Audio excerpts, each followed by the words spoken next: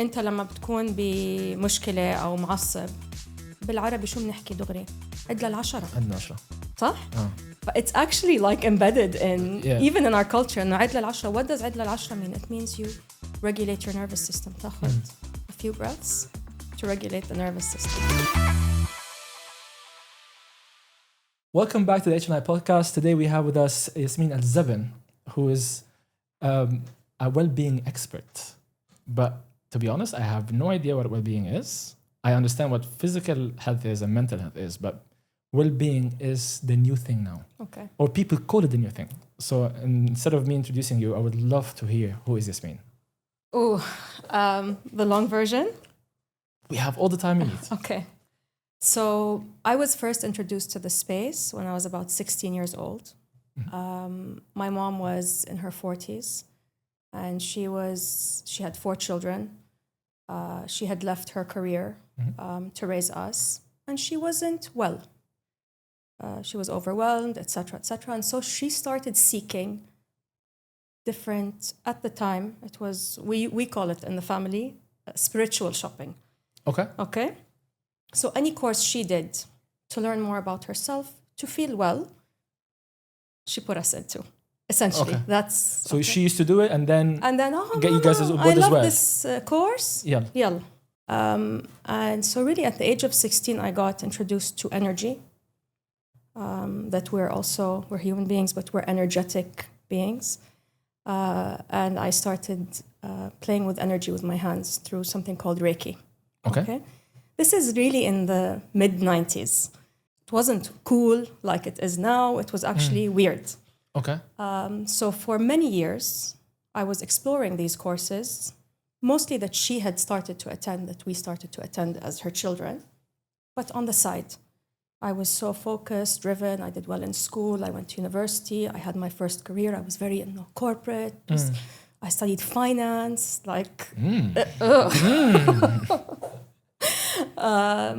And this was happening on the side. Okay? Exploring self-awareness, consciousness, understanding my being. Okay. So this is really where well-being comes from. And for many years, it was, like I said, in the background, in the closet. But then I started, seeing the world change. And that's, essentially what I do now is I marry my 2 backgrounds, which is the corporate background, my HR. So after I did finance, I realized that's not what I want. I don't want to work with numbers. I want to work with people. I always knew I wanted to work with people. My first job was at a big multinational that had an amazing HR function. And that's actually what inspired me to go into the HR field. Okay. And so I went into that while doing, again, on the side, I certified as a holistic counselor, and just exploring myself, right? And I married the 2 together in the past few years. And so now I work with corporates on well-being. Are you happy? I'm happy. Can we define happiness? Yeah, let's do it. let's define happiness. I'll tell you my story. Okay? So this is how you entered HR. I come from an army and defense background. I used to market army and defense. So marketing, an army and defense company, and technology, pure on tech before that. And then I met Hanan by coincidence. Okay. So I left all this and I followed Hanan. I was like, okay, let me work in sales and learning and development. So never sold something in my life and never worked in HR or learning and development. And I didn't even believe in learning and development. But I was forced to. I had to. It was my only chance. So I took it. Fast forward 8 years. Wow. So I found my happiness. I'm happy doing this. Yeah. Now let's define happiness from other people's perspective. Some people work because they have to, and some people love what they do. And we tell them, I even tell my team, I tell them, if you don't wake up in the morning, putting on your clothes and driving to work happy, don't work for me. I don't want it. Yeah. Please don't. Yeah. Okay. I will personally find you a job, but you need to be happy. Yeah. And tell me, how do you want to be happy? So let's define happiness. Okay. What is happiness? So happiness is a feeling for me, yeah? And in order to, when you feel all your feelings, you can recognize happiness. If you recognize your sadness, you can also recognize your happiness. So I think that's why it's like, we're always like, oh, happy, like it's something that we're looking to achieve. And for me, the happiest things in my life are spending time with my children, cooking, showing up to a project that I really love, that aligns with my purpose. I love what I do. So these things make me happy. Do I have sadness in my life? Yes, I do. Of course, we all Have do. stress? Yes. Do I have, all the other stuff? Yeah. But being able to recognize those moments when you are happy, I think that's the biggest blessing. Okay. So for me, happiness is being able to recognize it when you recognize everything else that's also happening and still allowing yourself joy and pleasure. Okay, Does so that make how sense? can I, of course, but how can I then link happiness to well-being? So we hear this terminology now a lot. It's the new hot terminology in everywhere. Well-being. Organizations want to focus on the well-being of their employees. We'll put them in well-being courses. We'll put them in the well-being activities and programs. Yeah. Okay, what is well-being? Okay, so I think when it comes to organizations, it's very important to say this is new. The field is new, the research is new, but what we've learned so far is what I'm going to share with you. Well-being is not about having beanbags and foosballs and foosball tables and gym memberships. A lot of organizations conflate that's we're done, tick, tick, tick, well-being or Great place to work. Great place to I work. need to be a great place to work. And that's just like a poster, Yeah, right? it's a stamp. Yeah, and it can definitely be a great place to work. We don't know, right? It might be a great place to work, but why is it a great place to work? Again, some people look at well-being as a tick box. They do activities 4 times a year. Done. We're done. عملت اللي عليا. عملت اللي عليا بالضبط. So what is well-being? So what is this elusive well-being? So today, we've known this all along, right? Especially people who work in the field. Sometimes you walk into organizations, people are well. You don't know why. Sometimes it's good pay, sometimes it's nice culture. Good manager. Good management style, really strong leadership, aligning to a sense of purpose. Like there's a bunch of things. And sometimes you walk into organizations that have tick boxes, but people are generally like, on the surface, they're good. But then, when you go have a coffee, you hear, you get it. the dirt, right? Yeah. So today you have research that has been solidified by the Center for Wellbeing Research at Oxford University. Okay. This is new. This happened only last year. And they've identified 12 drivers of well-being in workplaces. When I saw that study, I was like, Thank you, God. Finding something scientific to back up what I'm doing. Right? Yeah, I want you because I was always like ranting on about it because I worked in organizations. Some organizations I felt really good working, and some I was like, no, but I had to pay the bills or, When I became a mother, so I'm also a mother of 2, which I didn't mention, that was also really a tricky point in my life and in my career. Because like I told you, I was like driven, going, blah, blah. And then I had my children. And I wanted to be a good mom. And I wanted to be a good worker. Yeah. And to be honest, for me at that time, I couldn't balance both. I didn't have the capacity to balance both. So I left the workforce for about 2 years with my first child and then 2 years with my second. And those were precious moments for me. My wife did the same thing. Yeah. But how do you also jump back in and rediscover yourself? And at the same time, I was also working in Jordan. And I moved to Dubai only 3 years ago. And so when I came to find a job in Dubai, my track record was the past 10 years have been in Jordan. And that did not fly very well. Yeah. It was like, but we don't really know this company. It's not... Top rank. Yeah, and so that really wasn't an easy... So I'm actually really blessed that I work with people now who recognize, what I bring to the table. And they've enriched my life so much as well. So those 12 drivers of well-being, when I saw them, like I said, I went, thank God, alhamdulillah. And most of them are feelings-based, okay? Having a sense of purpose. How do you manage stress within an organization? Sense of support. What type of management style? What type of flexibility you have within the framework of your job? How you manage energy within that job? Perception of compensation. So it's not compensation per se, but perception of compensation. Okay. So these are some of them. Like, I don't have them all off the top of my head, but when I saw these and they were evidence-based, it really put the picture together. Was compensation the only tangible factor? Yes. The rest are feelings. All of them are how people relate to their organization. Okay. And so we always talk about organizational culture. I think this takes it down to a deeper level. What is culture? And those metrics, we call them well-being metrics, but they also impact culture.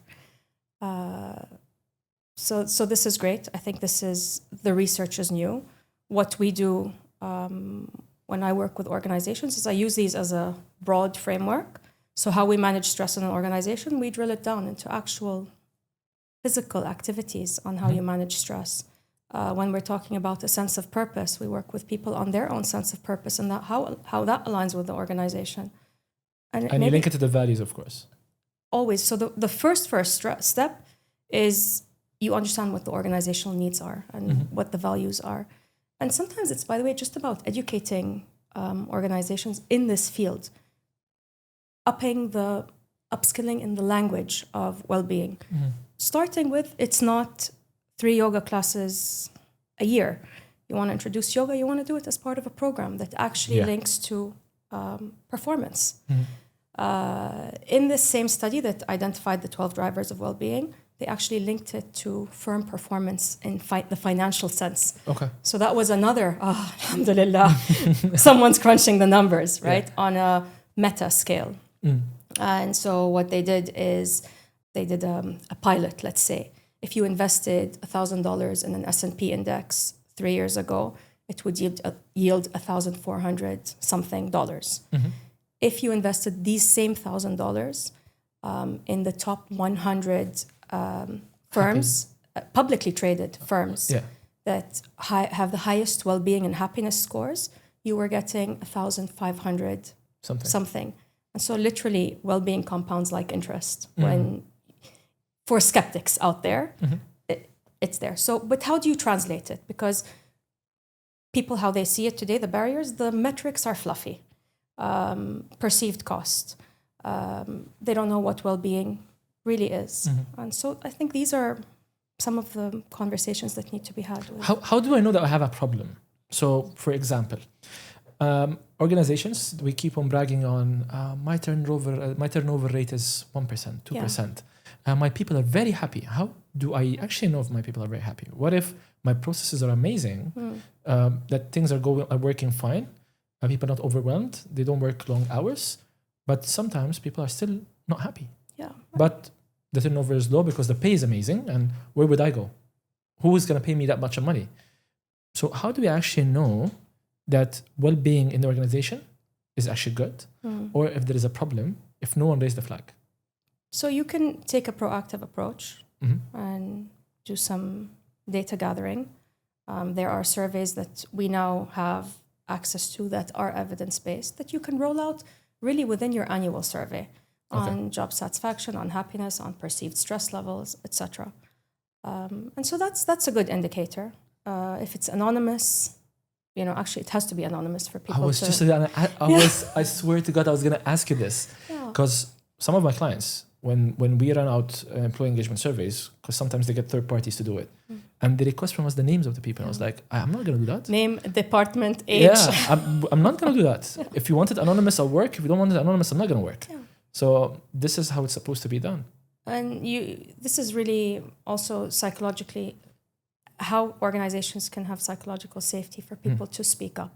And so this is part of well-being, having an organization that's psychologically safe, that accepts criticism, or accepts the team as human beings, right? And allows them to show up in their humanity, the good and the bad. And remember you asked me about happiness. When you look at your sadness, it allows your happiness to really come through. It's the same with organizations. You're allowing the whole human being to come in. And when you're addressing what's going on, what do you think that happens? When you actually address it, you're not brushing it under the rug. And لا كله تمام 100. No, It actually it's not benefiting anyone. Yeah, true. It's really, if you really at the core think of it, and it's affecting the organization at the end of the day. طيب, let me get a free therapy session now. Yeah. Okay? هسألك سؤال مهم جدا بالنسبة لي. For me, I know myself. I know that my emotional control is not that good. Okay, so there was one test assessment that I did was with one of the universities in Spain. It was a very intensive assessment. You mean like psychometric Psychometric, but it was purely weird. I had these cables in my head and stuff in my hand, and I went through a simulation, and it came up with 4 measures. Leadership, motivation, decision making, and emotional control. Okay. These were the 4 measures. I ranked on the top 5% global in the first 3. MashaAllah. And then Amazing. I ranked in the bottom 5% in emotional control. Okay. And I know myself, my emotional intelligence is bad. How can I separate my personal life from work? Because I drag personal life to work. So if I am sad outside the workplace, everybody at the office is going to know. They're going to feel it. Yeah. Okay? I cannot put that mask on that I'm always happy. I can't. How do I separate what's happening outside with what's supposed to be happening inside? Especially that I'm in a leadership role now. So a lot of leaders have people depending on them, depending on the decision making, depending on their guidance. But if I cannot separate what's happening outside, people will feel it inside. And it's going to affect the business. Yeah. So how do I do that separation? Or do I have to separate? I mean, that was what I was going to say. When you show up in your full humanity, you allow others to show up in their full humanity. Provided it's safe for you to do so and safe for them to do so. Yeah. But vulnerability, I mean, we've been programmed that vulnerability is bad. Having problems is no good. Don't bring it to work. You do want to show up as a professional. You want to have professional boundaries. You don't want to bring your problems to work, but if you need space, you're going to need to take space to process. You're not a machine. You're a human being. Like at work, we use this. We're not human doings. We're human beings who also do. Allowing yourself to work with this, being on the bottom 5% is just a metric, right? If it gave you insight, wonderful. How do you work with that? Once you start to understand why this might be happening, it gives you so much. I mean, you see how much you've achieved, especially having those 3 at the top. If you use this and you work with it, not as it's like it's a call to learn, call to grow, and this is how I like to approach even my life. Like anytime I have a challenge or something is weighing me down, I say, what's the truth and what's the learning? And how can I learn and grow from it? And not from not just in a soft way. Okay, what's the learning here? And how is it going to show up for me to grow? And I think the more you integrate that, what's the learning? You don't have to mask it. And you don't have to be happy all the time because, that really puts pressure on others.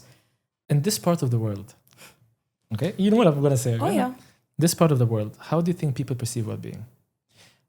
In our culture, in our Arab culture, let me put that stigma, because Arabs, I believe most of the Arabs that I speak to, they don't believe in well-being. They don't believe in the activities that comes with well-being.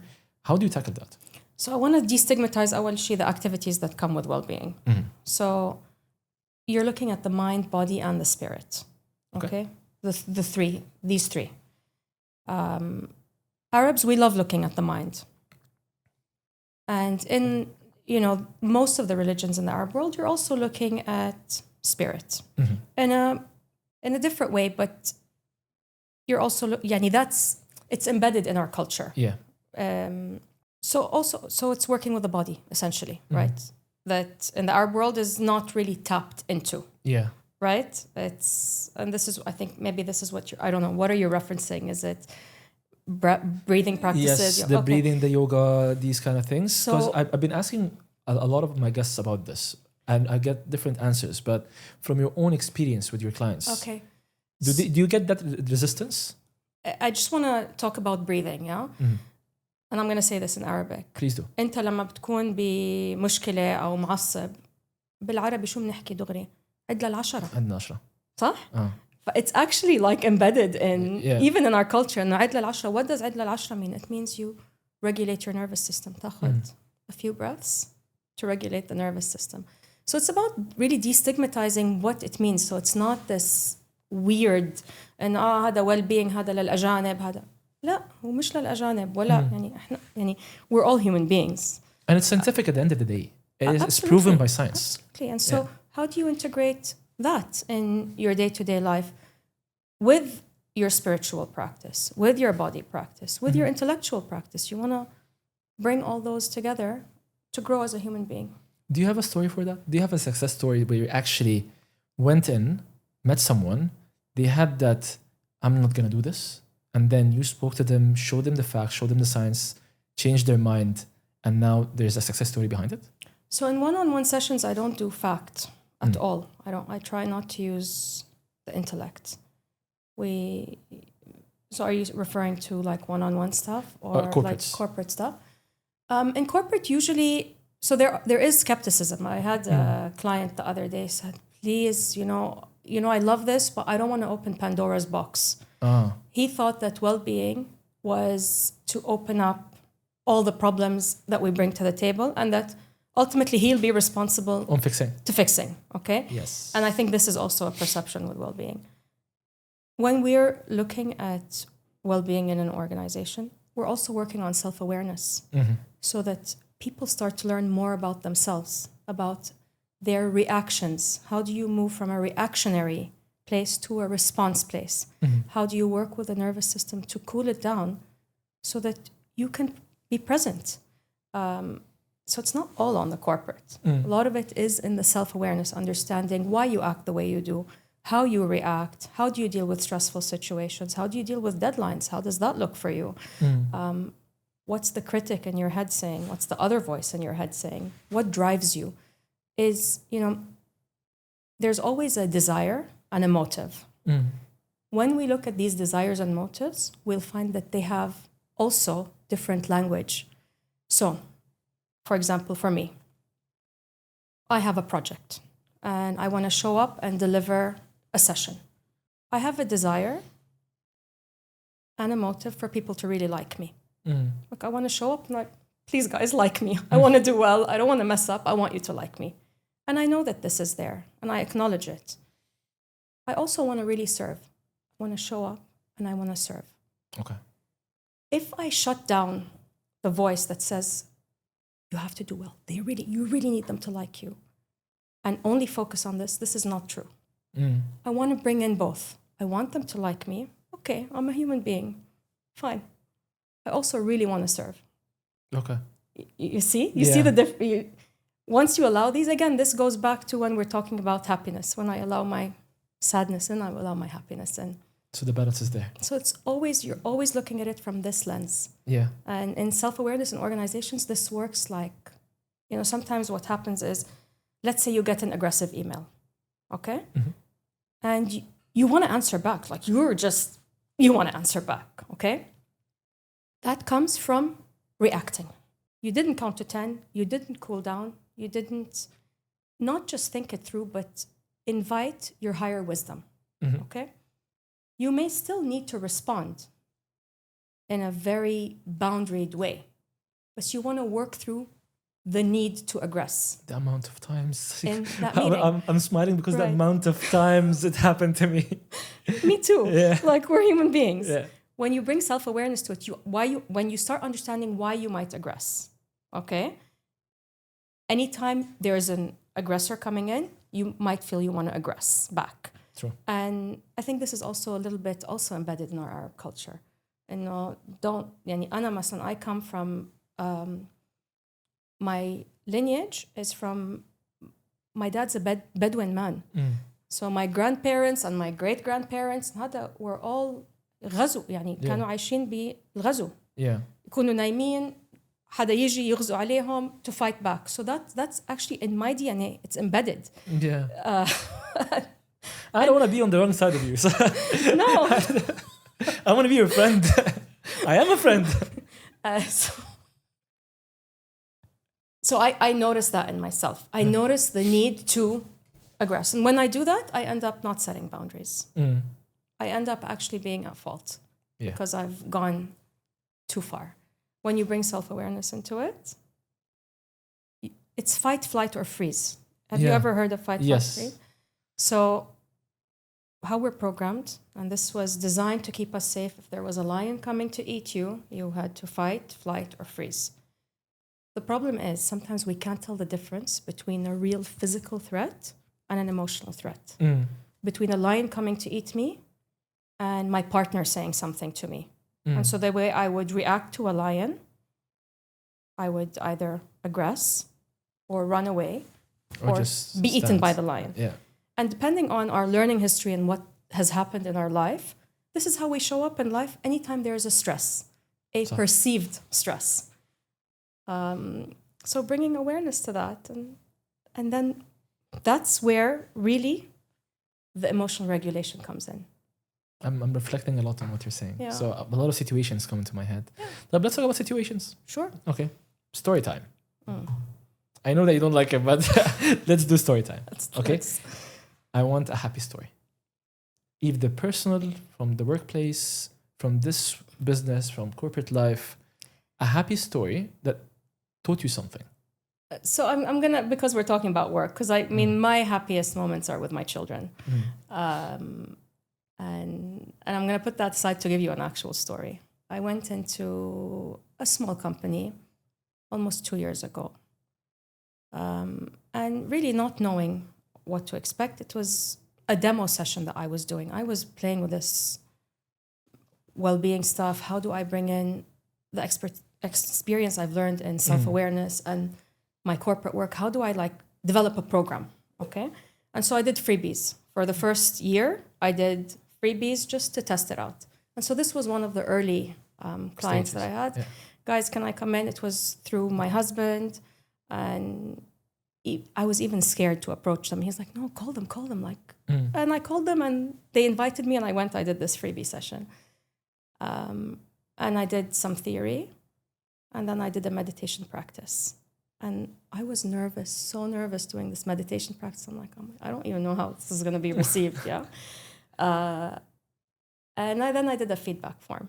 And I left. And I could see in the room, and it says, guys from finance, guys from accounting, guys from sales, guys and girls sitting together in a room doing this experiential thing for the first time. And so when I got the feedback form, that was the highest rated thing for them. I didn't call it meditation. I called it an emotional regulation practice. And that's I'm like, oh my God, it works. It works. That's the validation of hard work, we call it. So all the hard work you put in, that you did not believe it would work at the beginning, or not, I don't want to say that it would work, but you doubted that, how would it be perceived? Will it be good or not? I went in shaking. And, I pulled it together, but I really went in shaking. But always when you get that feedback that all my hard work is paying off, that's the best feeling in the world. Yeah. طيب بلاش بقى happy best feeling in the world. Give me a sad story. Also something that taught you something. So a sad story, even if it's a mess up, something that went wrong, but you learned a lot from it. These are good stories to hear, to learn from. There's sad and then there's learning. So I don't know which one to use. Do we have anything sad that led to learning? Yeah, I mean, the past 3 years of my life have had a lot of sadness. I've lost families I really care about, have lost dear family members. One who's a child and one who's a very good friend. We also moved to Dubai in the past 3 years, and the transition was also hard. And I had during COVID? Right after COVID. Wow. And moving with 2 kids, and it was a lot. And I'm getting, these rejections from companies that I'm applying to. I'm like, what is this? What did I do? But there was so much learning and so much. It's actually, my husband says this, and he read it somewhere, I don't even know where. It's about connecting the dots. So how we started all this, how I started this meditation thing is someone said, we're having a meditation for Gaza. Do you want to lead it? I'm like, no, how can I lead it? I don't even know. Like, I do this for myself, not for others. But I showed up. A friend of mine said, listen, just go, show up. Okay. And I went. It was 50 or 60 people. Wow. Again, I went shaking. I'm going to do like a meditation, and I went shaking, imagine. Yeah. And we did like a healing meditation. It was really very early days. And the room just shifted. So I saw that basic meditation led to me doing the first session. And then the first session led me to do many sessions until I met the lovely people I work with today, who took me on, and now I lead workplace well-being at an organization called the Free Spirit Collective. And so, yeah, it was literally one thing leading to another, one thing leading to another. And it was an atmosphere of sadness, personal sadness, but also sadness on the world stage, and just seeing, what we've been seeing has been really hard. Yeah, Yasmine, that's amazing. Okay, before we end up, I need from you a piece of advice. Anyone who feels lonely, anyone who feels sad, anyone who feels overwhelmed, just give us a piece of advice. It's part of the human experience, and it's not all the human experience. Find people you trust, who encourage you and allow you to grow, and allow you the space to show up in whichever format you're in. And if you don't find people, there are professionals that are available. I do 2 therapy sessions a week for myself. In order to be able to work with others, I always work on myself. And just, taking that as part of the human experience. I don't know. This is my advice. And connect the dots. Yeah. Just do small things. The dots will connect. Thank you so much. That's amazing. Thank you, Yasmine. Thank you. Yeah.